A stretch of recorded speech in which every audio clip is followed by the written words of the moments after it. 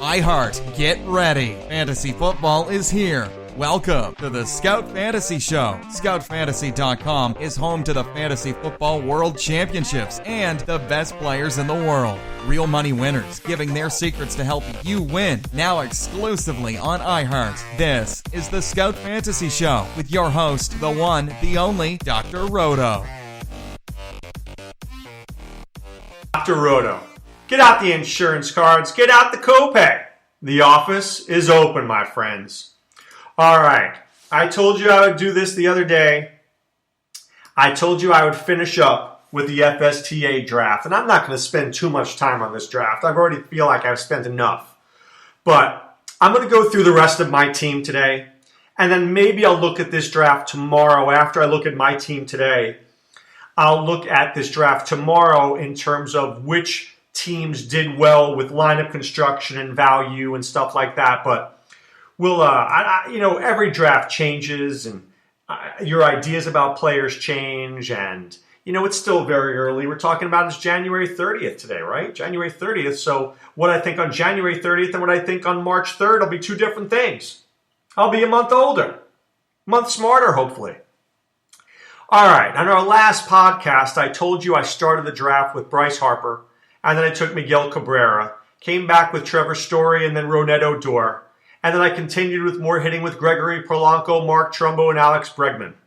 Then in round 8, I took my first pitcher, which is Aaron Sanchez. And round 9, I took Roberto Osuna.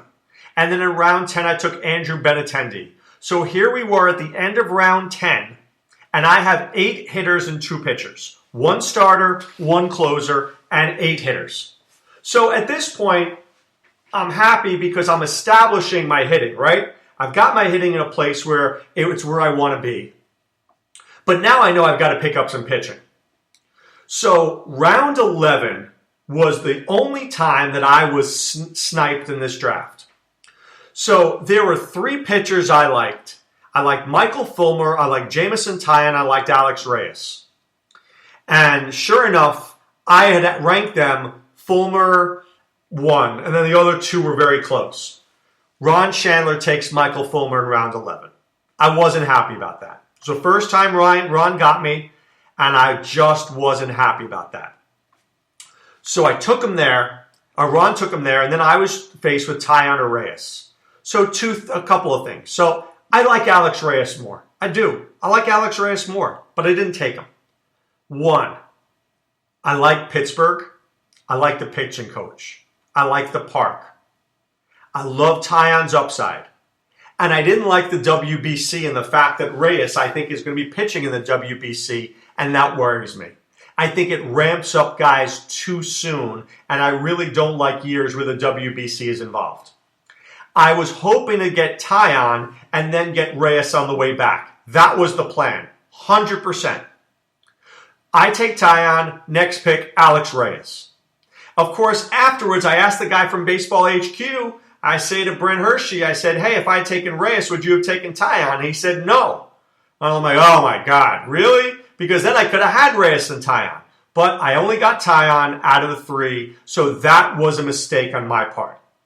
In round 12, I didn't want to push for another pitcher who I didn't like, so I took Maikel Franco, who I really think could be an outstanding third baseman. People don't like the Phillies because the Phillies aren't a good offensive team, but Franco's a very good player. Easily can hit 25 home runs, hit about 260, 270, and knock in about 90 RBIs. And for my team with Bregman being a young guy who's not necessarily defined, I think that Franco was needed. Plus, he plays corner infield for me, which is hard to find, so I like securing that. In round 13, I was very, very, very happy to see Brian McCann on the board. Now, Matt Wieters was on the board, yes. There's some other guys on the board, but I like McCann's park, and I love his lineup. Really. Going to the Houston Astros, how did this guy not hit 20 home runs? How does he not hit 20 home runs? No, I know the average could hurt me, 230, 240 possibly, but I love the power, I love the RBIs, I love the lineup. Very happy to take Brian McCann. So here we are now in round 14. I have 3 pitchers. That's not good. I have to now go on a pitching run, which is what I do. Round 14, I take Julio Urias. At this point, I hear a groan between Baseball HQ and Ron Chandler, so I know I made the right pick. They're like, oh, exactly. That's my guy. I know that's my guy. When you get the groans, means you did something good. Now, Julio Urias, he may only get 160 innings. That's fine. I can live with 160 innings of goodness. A good 160 is just fine by me. A crappy 160, well, that's an issue. But guys go, wait, I want guys to get me 220. That's fine. I'll get 60 innings at some point later in the season. I'll find a guy in August who'll come up for a month who'll get me 60 innings. And I can live with that. I can. Round 15, I take Jake Odorizzi. If he's with Tampa, I like him, and I think he can get traded. He may get traded to make room for Jose De Leon. They can't afford all these guys anyway. Maybe Odorizzi goes to, I don't know, St. Louis. If he goes to the NL, it's awesome. If he stays in the AL, it's okay. But if he goes to the NL, it's great for me. Right? I will take that 1,000,000 times. So I add Urias and Odorizzi, and then I get Carlos Rodon. I love Carlos Rodon. Love him. This is a guy with big upside. And he's just going to get better and better. Now, he plays for a crappy team, the White Sox, and he plays in a bad park, and he's got a bad bullpen, and he's got a bad offense. I get it. I get all those things. That said, I think he's a super young, talented pitcher who, if they can fix this in Chicago, could be an impact player in the next couple of years. But right now, for me, he's my 1, 2, 3, 4, my 5th starter. That's great. I don't need him to be my top guy. I don't need him to be number 2 or 3. He's number 5. Can I live with him at number 5? You better believe I can. At 6, I take Robbie Ray. Robbie Ray is going to improve. He's a big strikeout guy, pitches in the National League. He's with the Arizona Diamondbacks, another team with a bad bullpen. I get that. He may only win 10 or 12 games, but I think that there's upside here. So I do like Robbie Ray. Round 18, I took Blake Snell. Tampa Bay knows pitching. Their pitchers are always successful. And I think Blake Snell will be the next in line of good Tampa pitchers. I like Blake Snell. And I like the fact that he's my 7th starter. So if he's not good, big deal. But I think he could be good. I think he could actually be an impact pitcher in the American League. Is he ready for big things? Right? Is he going for big things? No. But can he be consistent and not kill me? Absolutely. At this point in the draft, I'll take it. Round 19, I get Tony Watson. Randy Watson. Section chocolate. Tony Watson. Right? Tony Watson's going to be my 2nd closer for as long as he's there in Pittsburgh. They will trade him at some point. I'm sure he'll end up on the Yankees or the Cubs or some team like that. But you know what? For the first, 2 months of the season, he's going to close, and I'm just fine with that. Tony Watson, my 2nd closer on a good team. Right? So now I'm Osuna and Watson. I'm exactly where I need to be. Do I want a 3rd closer? Sure. But I'm going to try to get that in the reserve round. But at this point, I'm pretty happy.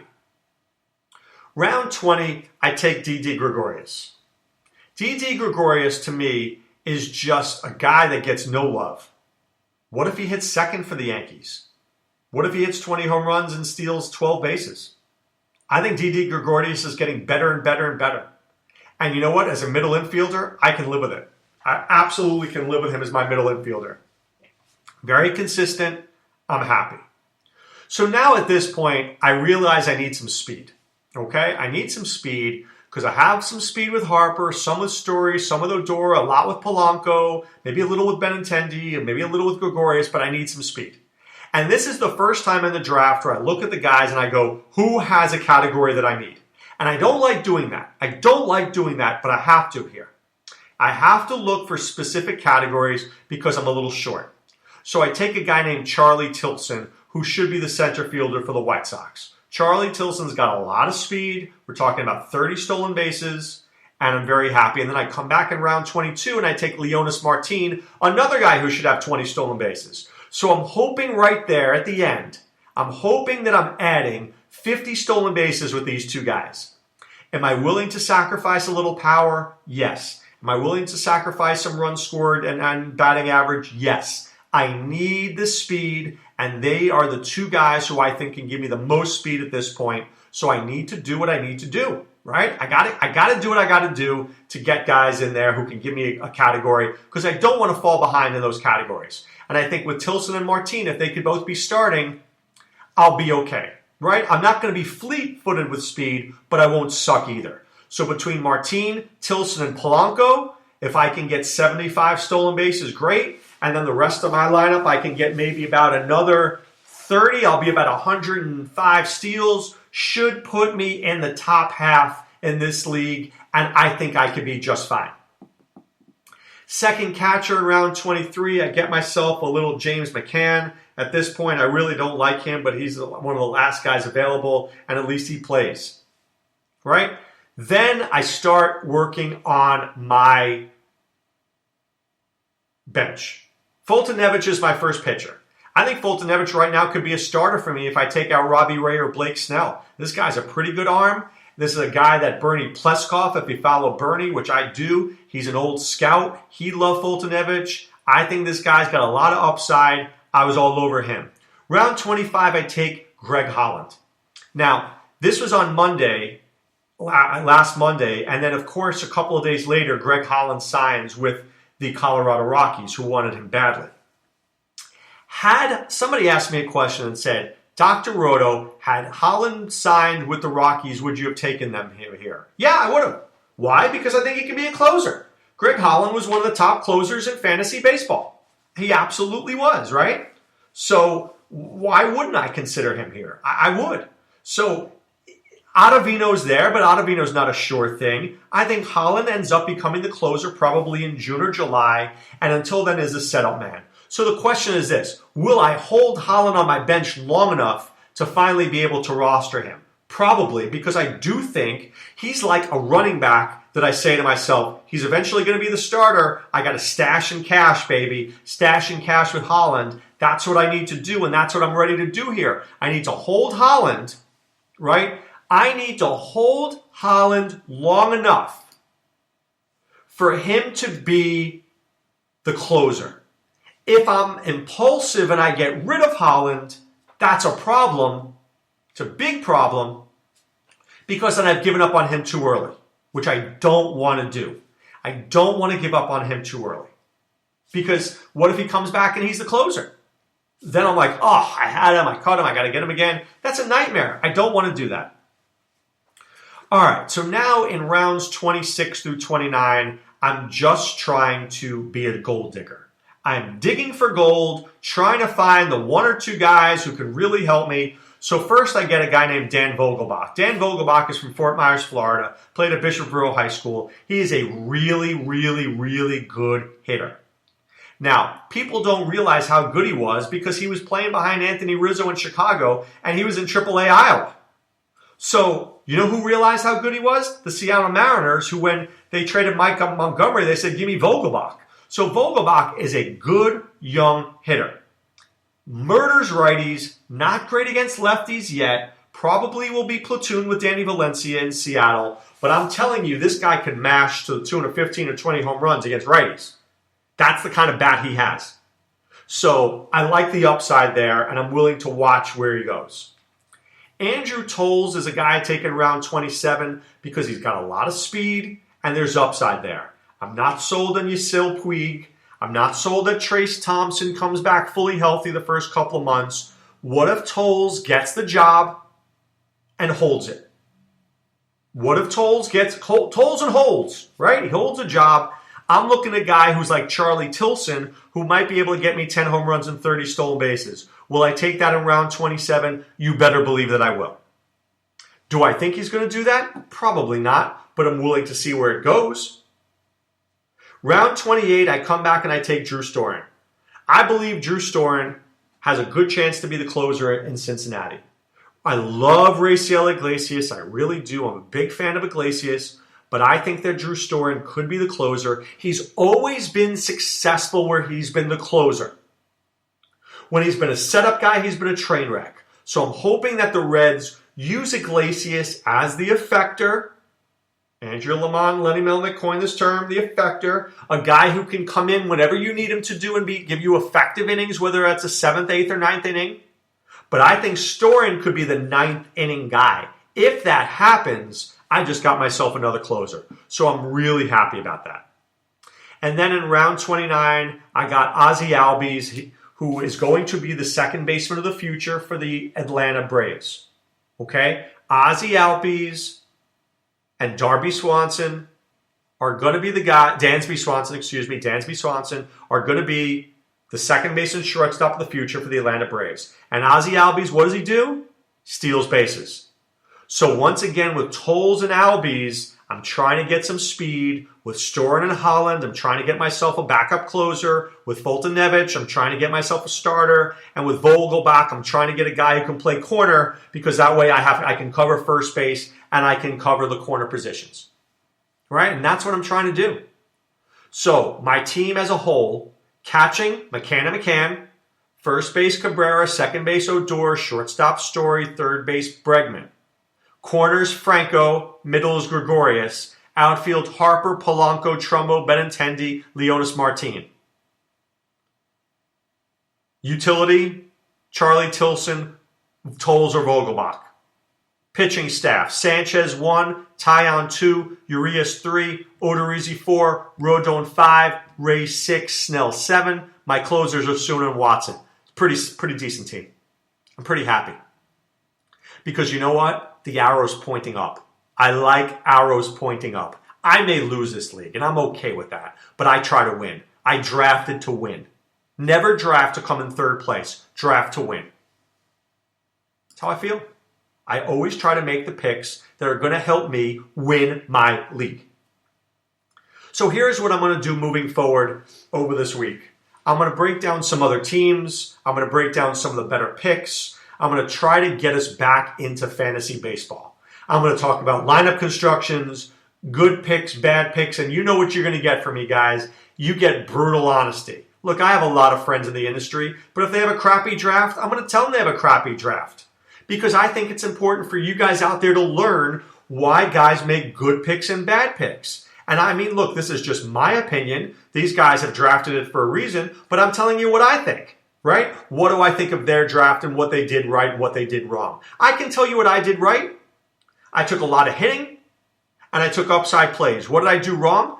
I got a lot of risk at pitching. My pitching could implode and be disgusting. I can have a ERA of 6.25 by my May 1st, and then I'm done. But I tried to draft to win. That's what I tried to do. Okay? And you know what I want you to do? I want you to go to scoutfantasy.com. I want you to enter the promo code ROTO. That's ROTO. I want you to pay for 1 month. I want you to get 2 more for free. I want you to get access to the team outlooks by my friend Sean Childs, who does such an amazing job. I want you to get access to our NBA Optimizer, which is free for the next short while, and it really helps you build your NBA lineups. I want to give you access to my friend Adam Ronas, who is in the message boards and who's writing his baseball articles and talking hoops and is doing everything he can so you can win your leagues.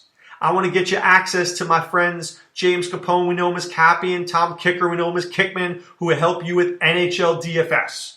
I want to get you access to my man Y2 Casey for MMA. I want to get you access to Ryan Barra for PGA DFS. I want to get you access to the best minds in the fantasy sports industry, and that's what we're going to do at scoutfantasy.com. Enter the promo code ROTO, that's ROTO. You pay for 1 month, you get 2 more for free. It's as simple as that. You do that, you become a member of the Scout Army, and you become a winner. All right, we're back later this week doing more FSTA. So I want to wish you guys a great day. Be well, and take care.